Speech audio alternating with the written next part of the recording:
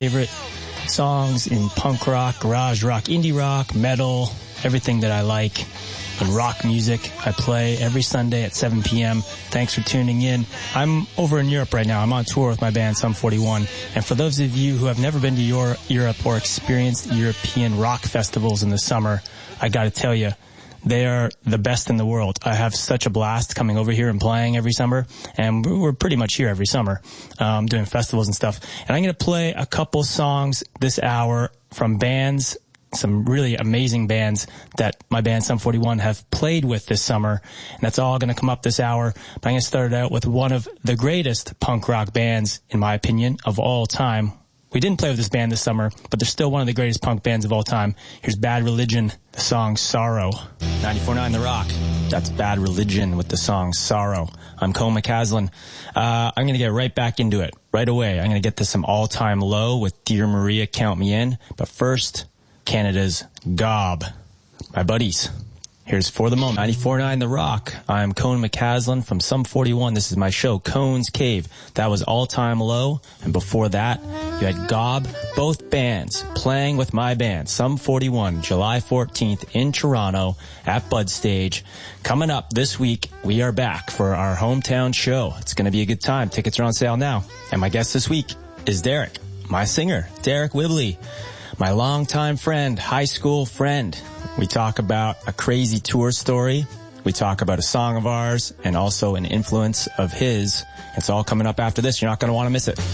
On the show this week, I'm doing a 3-part segment interview with him. I'm going to make this show a little longer this week because he's on, because we got so much to talk about. So buckle up. The first segment is coming up right now, and it's a crazy tour story from 2005 in France on July 7th, 2005. I call the story Deryck went to jail, I went to the hospital, and I've told this story a few times in interviews. I've never really heard Deryck tell it in interviews. I mean, we've spoken about it, but it's a good story, so I'll get into it right now. Yeah, I was thinking about what stories we could tell, but I guess, there's so many, over 20 years of touring, but since we're in France, I thought, and we were talking about it last night, might as well tell the Arras, France story from 2005. I mean, I've told this story a few times over the years in other interviews, but I don't even know if I've heard you tell your version. My recollection of the story of our drunken night in Arras, France, whatever it's called. 17 years later, yeah, you went to jail, I went to the hospital. So let's fill in the blanks, I guess. You go for it. Well, from what I remember, we were supposed to play in London, and this is in 2005. We were, in Manchester the night before, I think, and we were supposed to go to London that night, and we pushed bus call because we wanted to stay and party.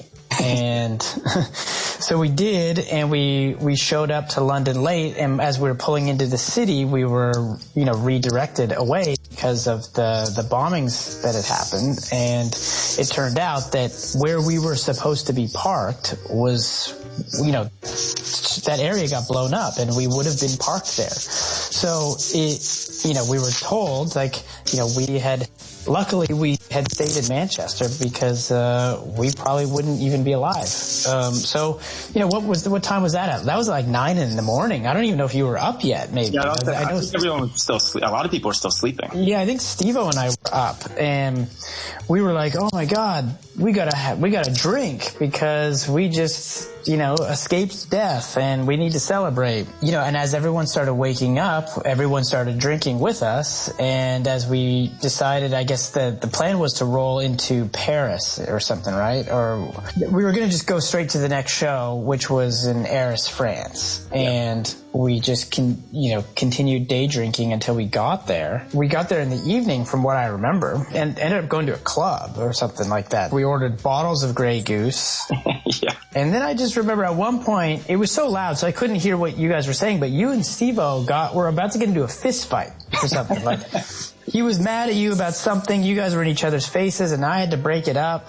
And I still don't even know what it was about. I don't even know if you remember that, but I do remember that, but I don't know what it was about. Yeah, exactly. He got mad and took off. And I was going to say, then he left with our drum tech, Dan Moyse, and you and I decided to go roam the streets at 4 in the morning. And we happened to stumble across the city square that we were performing in. We're supposed to be performing in the next day. We saw the stage, and we were going to try to hop the fence to go in and check out the stage and do whatever we were going to do. And I guess I jumped up on the trunk of a car and started to walk over the roof of the car and then down the windshield onto the hood. And as I got onto the hood, out of nowhere, I just got knocked out by some security guard that was watching the venue, which happened to be his car, that I was jumping over, I guess. All the cars on the street, you picked his. Why I decided to just run over a car, I have no idea, but I guess that's just what you do. Yeah, I remember they came, you're on a car, and then I just saw them kind of running across the street, and I was kind of down the street a little bit more, and I was like, oh shit. And so he grabbed you and started basically punching you in the face. Mm-hmm. I ran over yelling, and our new tour manager, Tristan Chipman, first female tour manager we've ever had, we came running over, tried to grab the guy off. The other security guard grabbed me from behind. I must have been shouting something, and he uppercutted me in the jaw. And I bit through my tongue. It all ended pretty fast, though, because obviously it was quick. It was painful. I remember. You got hit pretty hard. I got hit hard, but you got hit hard too. I mean, your tongue was basically hanging by a bit of skin. It was almost off. It was cut in half. It was pouring blood. And I felt like out of nowhere, there was just sirens and police there instantly. Yeah. Yeah. And then out of nowhere, we're just both in handcuffs sitting on the curb, and you're pouring blood. And I'm just like, what the hell just happened? And, you were looking at me like, am I okay? And I'm like, yeah, you look great. Everything's good. But your tongue is just spewing blood, looking like it's about to fall off. Yeah, I do remember the feeling of that, my tongue just hanging out of my mouth. I knew you were lying. Yeah. But, because you were like, really? Because I think it feels really bad. I'm like, no, it's all good. Ship shape. And then I guess they were discussing whatever they were discussing for a while, and then they kind of pointed at you, and then they pointed at me, and then they came over and unlocked me from my cuffs, put me in one cruiser, and then kept you in cuffs and put you in the other cruiser. And then, they took me to the hotel, but they took you to jail. Yes. And so, I mean, we had two different stories from there. I went to the hospital with Steve because he could speak French, so they stitched up my tongue. He could, but let's be honest, at that point of the night, he couldn't even speak English. So I don't know how much help he was. Well, so that night, I slept with all gauze in my mouth at the hotel. I didn't go that night. I went to the hospital the next morning, and Steve was all hungover, and we were hungover, and we were supposed to still play that night. So they stitched up my tongue and gave me a bunch of antibiotics for my tongue, but you went to jail. You went to jail that night and had to sleep in jail, but you didn't sleep, obviously. No, I mean, I did kind of pass out for a second, but I mean, it was like a cell. It was not very. It was just it was a concrete bed, basically, with it felt like they gave me a potato sack for a blanket. Yeah. And then how did you get out again? Wasn't it something with the mayor? Yeah, well, then the next day, there was probably 11 or noon or something like that. They pulled me out and they said, the chief wants to see me. I had to go into his office. And our promoter, Solomon, was there, and the chief of the police, and they said, there was all this discussion in French. I couldn't understand it. And then the promoter leans to me and says, look, we're going to get you out because, you got to play a show. He didn't really tell me what was going on, but he just said, you're going to get out right now. You got to play the show. I was like, great. I mean, get me out. And so when we left, he told me the story that, he had to pay them off 5,000 euros. And the only reason they allowed it to happen is because it was for the city, and the mayor's daughter was a super fan and was going to the show. The family had tickets to the show. So she wanted to see her favorite band. Well, there it is. Deryck and my crazy night in Arras, France in 2005 on tour with our band Sum 41. Let's get to a band that we've played with this past summer at a festival in Germany. Here's Agnostic Front for My Family on 94.9 The Rock. Sum 41 at the Bud Stage, July 14th this week in Toronto. Great band. We've got a good lineup. Sum 41, All Time Low, Gob, and that band, the OBGMs. Talking about my band, Sum 41, I'm going to continue the conversation I had with our fearless leader, Deryck Whibley, my longtime friend, been friends with him since 1994, and we played in band together, I guess since 1999. So here is a conversation we had about one of my all-time favorite Sum 41 songs, Still Waiting. I'll talk about Still Waiting a little bit. And I remember we were recording, we were doing pre-production for Does Look Infected in Toronto. And we spent a couple of weeks there, and basically the album was done. Mm-hmm. And I remember on the last day of pre-production, you came in, I think it was a cassette tape, and you said, I got one more song. I've written one more song. We're like, oh, wow, okay. We listened to this like really rough recording of Still Waiting, screaming in the verse. And it basically was the verse. It was like the riff, the verse, and the chorus. Yeah. And that was it. That's because, I remember I came with it it was like on the last day. So it was like the night before the last day, I just had this idea that just sort of popped into my head, and I put it down really quickly because we only had one more day in the studio. But yeah, there's no lyrics or anything, but it was just like the rough sort of melodic idea. I think I had So Am I Still Waiting for This World to Stop Hating, but I didn't have the verse lyrics or anything like that. Yeah. I remember we all kind of looked at each other like, oh yeah, we need to do this song. And it's still one of my favorite songs we've done, still one of my favorite live songs to play. But let's talk about like, when you went to write the lyrics, obviously I know what was going on at the time, but yeah, what was your mind thought, my process? Well, when I was writing the lyrics, we were in New York. Because that's where we recorded Does Look Infected. So, we had left to go to New York to record the album. The song was unfinished, but we were going to finish it while we were there. And I remember I was just sitting in New York working on lyrics, and it was right at the time that, it was it was soon after 9/11. Yeah. And there was talk about the U.S. going into Iraq and stuff like that. And Saddam Hussein, it was just like none of it was making sense. It was kind of all over the place at that point because it wasn't fully clear. But it looked like you could tell that George Bush was going to start a war.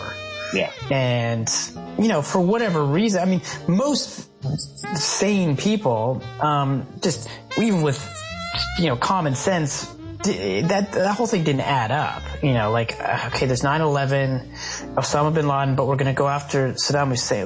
None of it made sense. So all that was sort of in my mind, and at that age, I guess in my own way, was trying to write a protest song against the war that was potentially about to happen.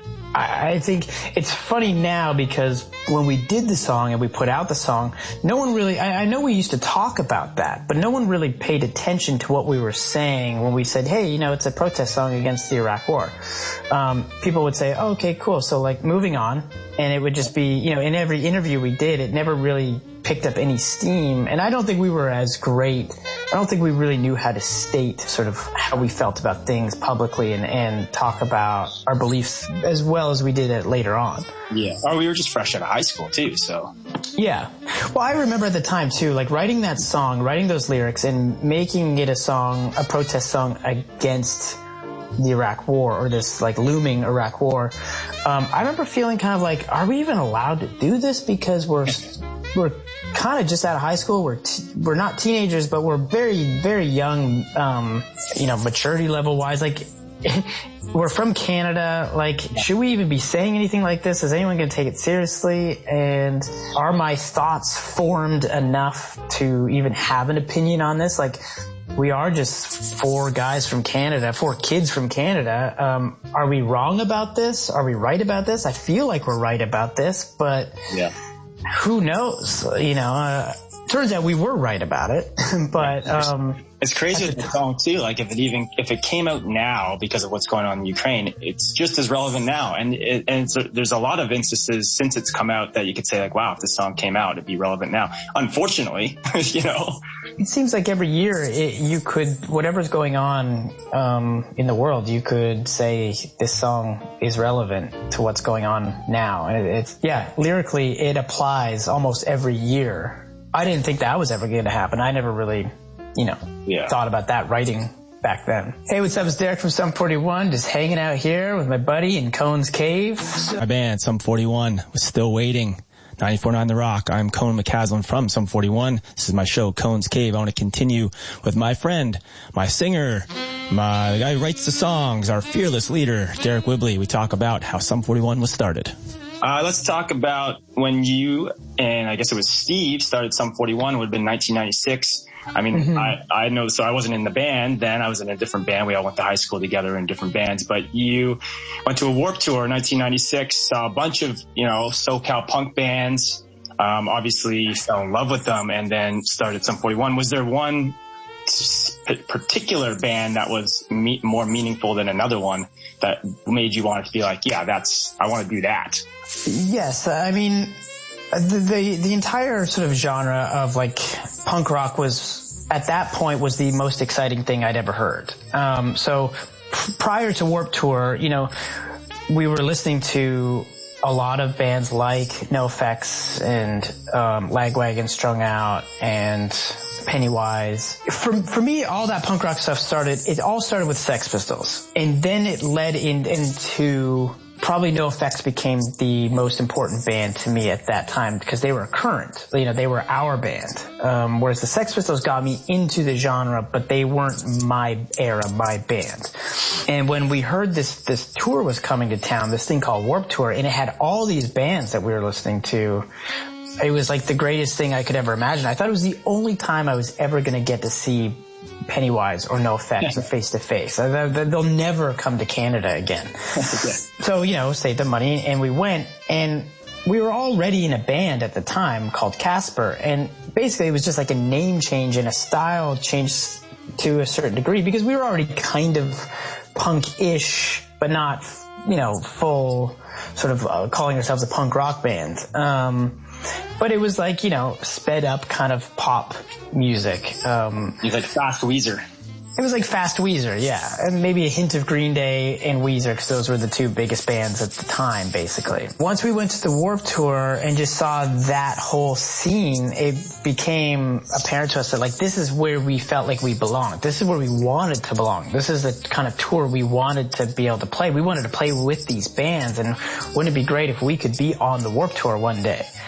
And so it was just like in an instant, at the end of the day of that show, we were just like, we got to change our name. We got to change our whole thing around. Yeah. And that was the start. Within a week or two later, I think we had a band name. We basically just kept the same lineup of people at the time, and it just changed the name. And I started writing new songs, and that became Sum 41. All right. By request from Deryck, here's one of those bands. Here's NoFX, Stickin' in My Eye. Basically my audition song that I had to play to get into Sum 41 when I was 18, 19 years old. Here it is on 94.9 The Rock. 41, this is my show, Cone's Cave. I'm over here in Europe with my band, Sum 41. We're doing European festivals for a couple weeks. I'm in France right now. A couple weeks ago, we played in Czech Republic at a festival called Rock for People. And the lineup at the end of the night, Grandson played, a couple other bands played, but the lineup at the end of the night was Weezer, Sum 41, Green Day.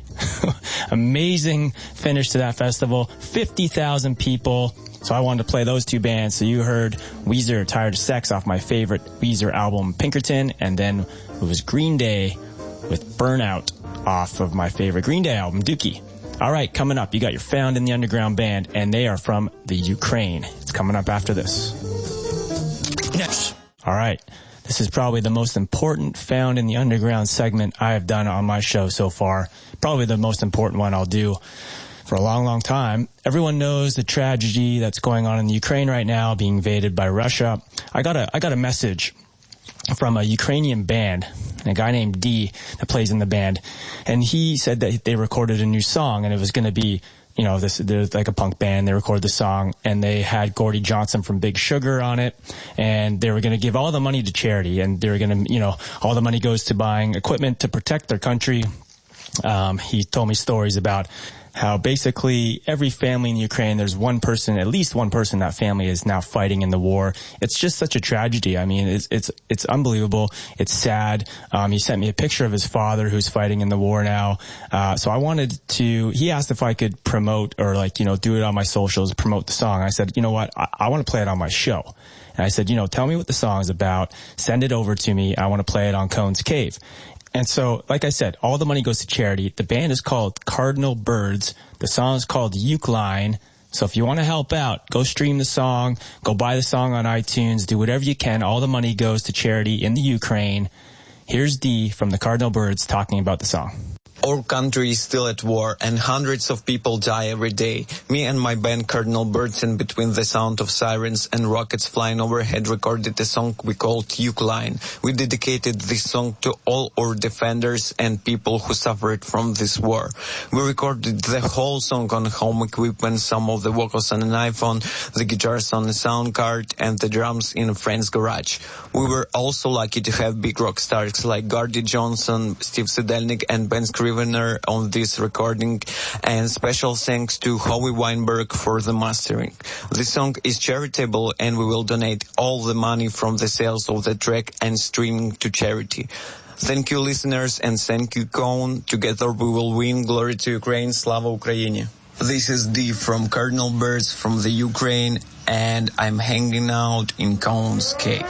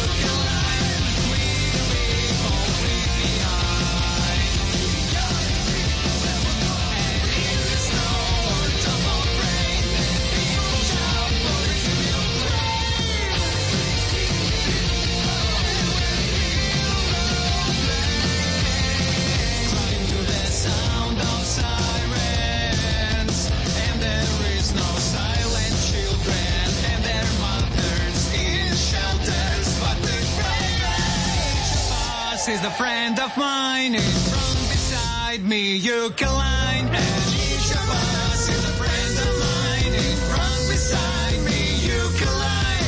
And each of us is a friend of mine, is from beside me,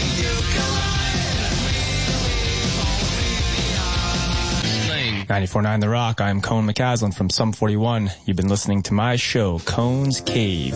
I'm here every Sunday at 7 p.m. That was The Strokes with Hard to Explain. I wanted to play The Strokes because we played, I had Deryck on, we played Still Waiting, and the video for Still Waiting was a video that we did in 2002 that was kind of copying the Strokes video for Hard to Explain. I don't know if you've seen it, but you should go see it. It's basically an exact rip of their video, making fun of ourselves, not making fun of the Strokes. We love the Strokes. But one of my favorite videos we've ever done. Before that, you had your Found in the Underground band, which is from the Ukraine, a band called Cardinal Birds, and it's featuring Gardy Johnson of Big Sugar, Canadian. And all the money from streaming and the sales of that song go to charity in the Ukraine. So please help out. The song is called Ukraine. All right, I have almost run out of time, but I do have time for your mandatory medal. And it's a song that my band, Sum 41, used to throw into our live set every once in a while, the riff. And it is one of the greatest heavy metal bands of all time, thrash metal bands of all time. Here's Slayer, Raining Blood, on 94.9 The Rock. 94.9 The Rock, that's Slayer, Raining Blood. I'm Cone McCaslin from Sum 41. This is my show, Cone's Cave. Thanks for tuning in. I'm out of time now. Thanks to The Rock for letting me go a little overtime today. I have my guest, my longtime friend, my bandmate, my singer, songwriter. I had Deryck Whibley on the show. I want to thank him for coming on. Reminder, we're playing Bud Stage in Toronto, July 14th with All Time Low, Gob, and the OBGMs. See you there this week. I also want to thank Dee from the Cardinal Birds from the Ukraine for coming on the show and to share stories with me. Send me that song, Ukraine, that they're going to donate all the money to the Ukraine, all the money that's generated from